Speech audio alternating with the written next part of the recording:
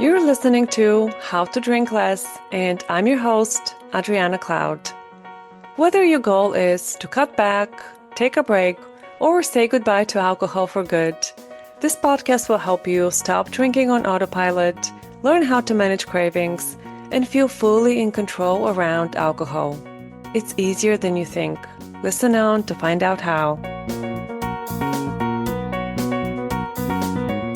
Hi everyone! Thank you for joining me for another episode. It was my birthday last week, and it was the sixth birthday that I've celebrated sober because I quit drinking in December 2020. And I just wanted to tell you that sober celebrations are the best. I had such an amazing day. I ate lots of delicious food and had really interesting mocktails, and I went to bed with a clear head and a full heart, relishing all the positive emotions and feeling so grateful that I got to have this wonderful day with my favorite person, and knowing that I would wake up the next day and feel great and remember everything, which I cannot say for most of my birthdays of my adult life. So this is my challenge slash invitation for you. Next time you have something to celebrate, whether it's a special occasion or good news or just the fact that you're alive in the world where so many beautiful things exist, I challenge you to celebrate without drinking. I challenge you to feel everything fully. And then email me to tell me what you noticed. At some point, I'll probably do a whole podcast episode on celebrating without drinking. But today, I want to talk about desire, where the desire for alcohol comes from, why you still want to drink, even though some part of you is trying to stop drinking, and also what you can do to get rid of that desire. Because, as you might imagine, when you stop wanting alcohol, it's really easy not to drink. That's where I am right now. I don't ever miss alcohol. There isn't a single experience in my life where I think this would be better if I were drinking. And actually, it's quite the opposite. I often have the thought that alcohol would make things worse. If I feel good and I'm having a great time, as I did on my birthday, alcohol would only numb my senses and numb my awareness, so I won't actually be fully present to enjoy the happy moments. Alcohol would diminish my pleasure. And if I'm feeling bad, like a few days ago, I was feeling really anxious about something, and all day I had this nervous flutter in my stomach, a bit like nausea, and I felt antsy and fidgety all day. And yes, alcohol would have made that worse too, because it would have prevented me from thinking clearly about the situation, which would have meant that I felt even more out of control. So that's where I am. I truly don't want alcohol. I cannot imagine a situation, good, bad, weird, extraordinary, where I would ever want to drink again. I no longer have any desire for alcohol.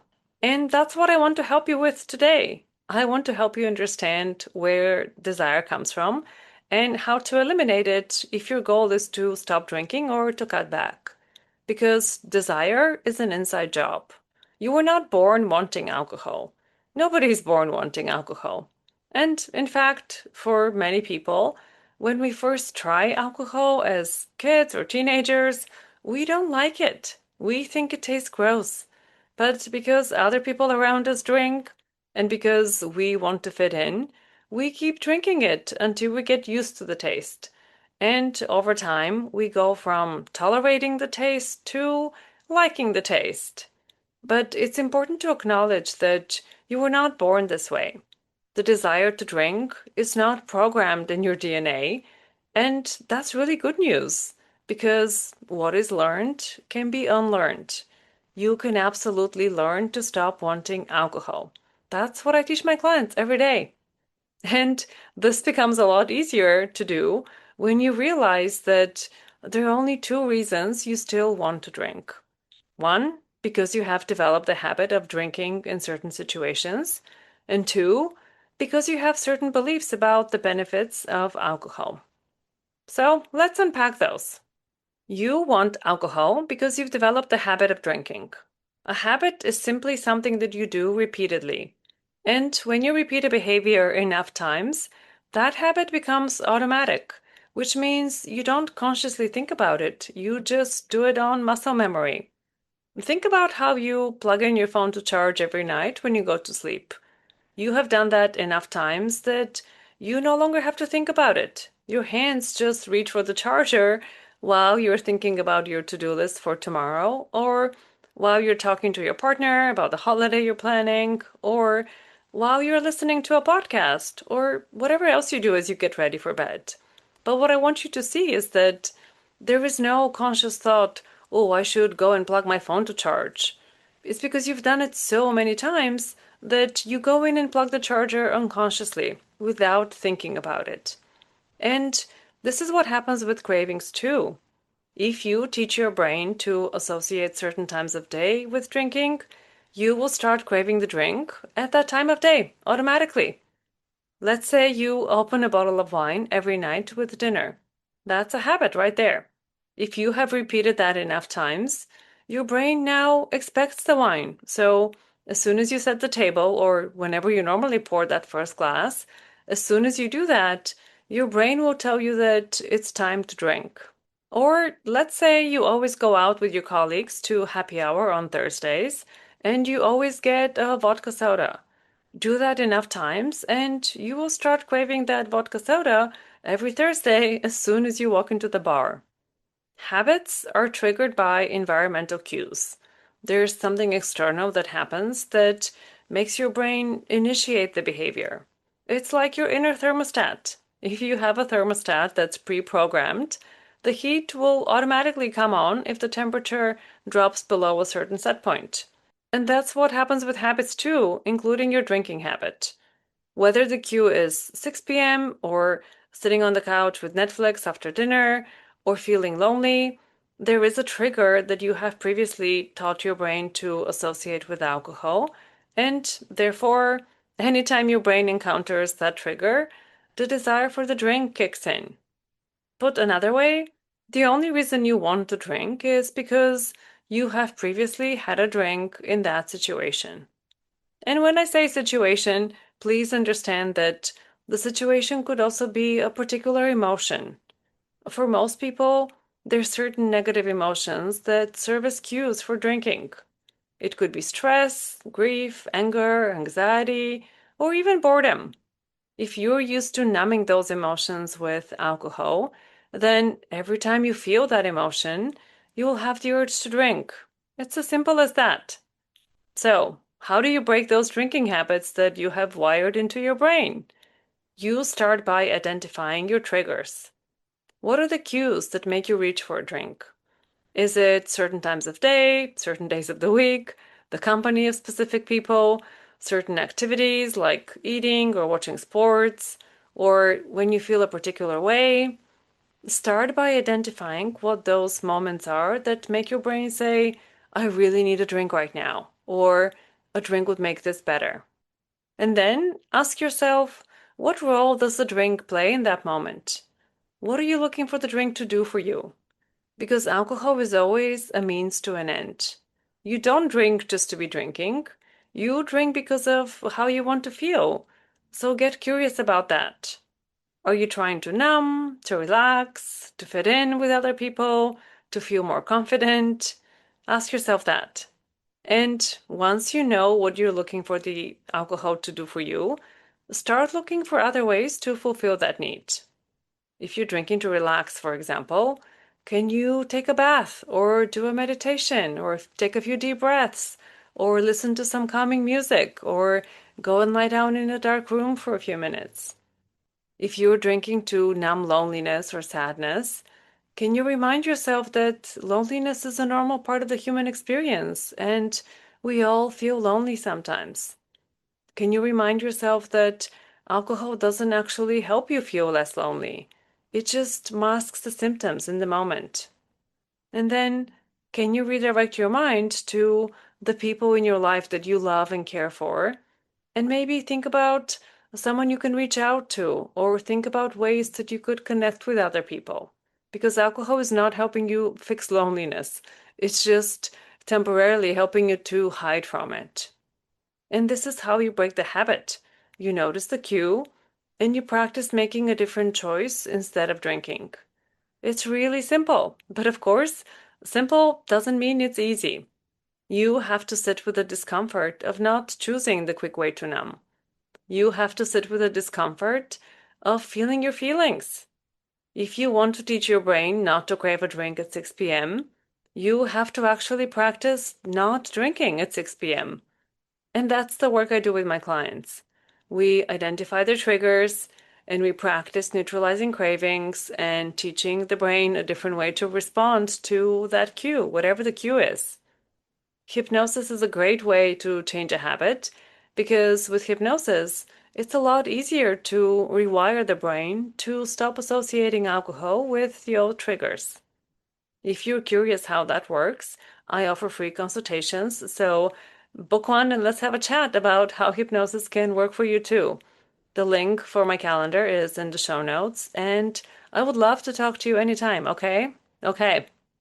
Now, let's talk about the second reason you drink, because of the beliefs you have about the benefits of alcohol. And here's what I mean by that.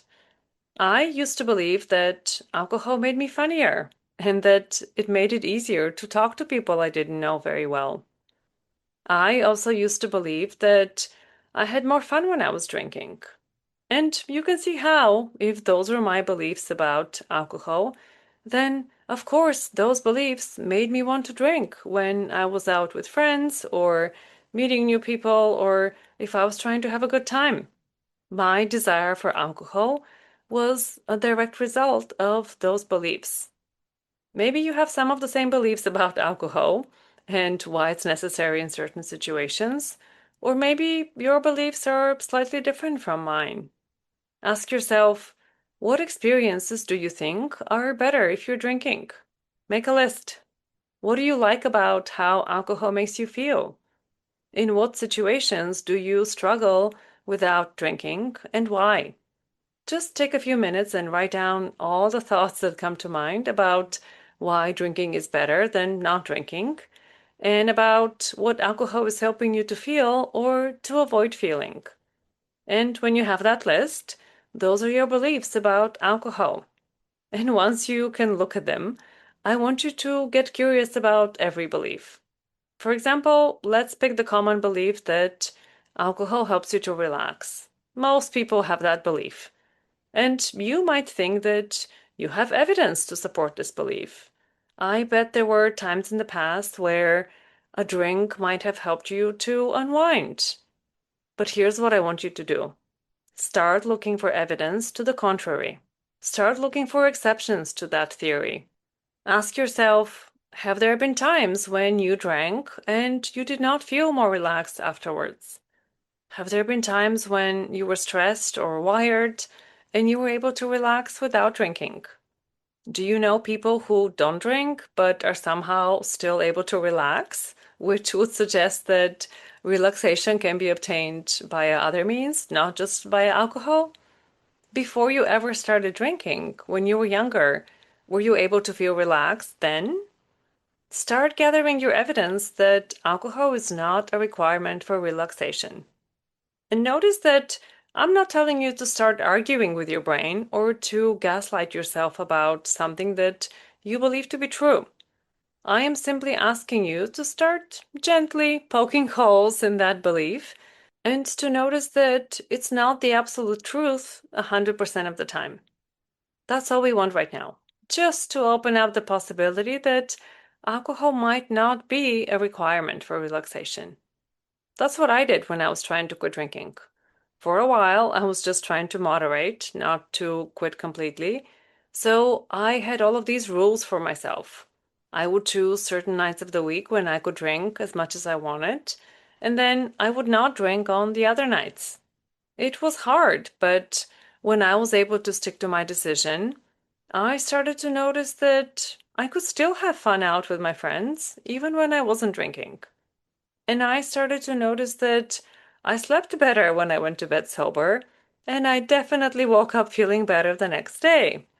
So, gradually, that belief that I used to have, that alcohol was a requirement to have fun, gradually I started to gather evidence that that was not necessarily the case.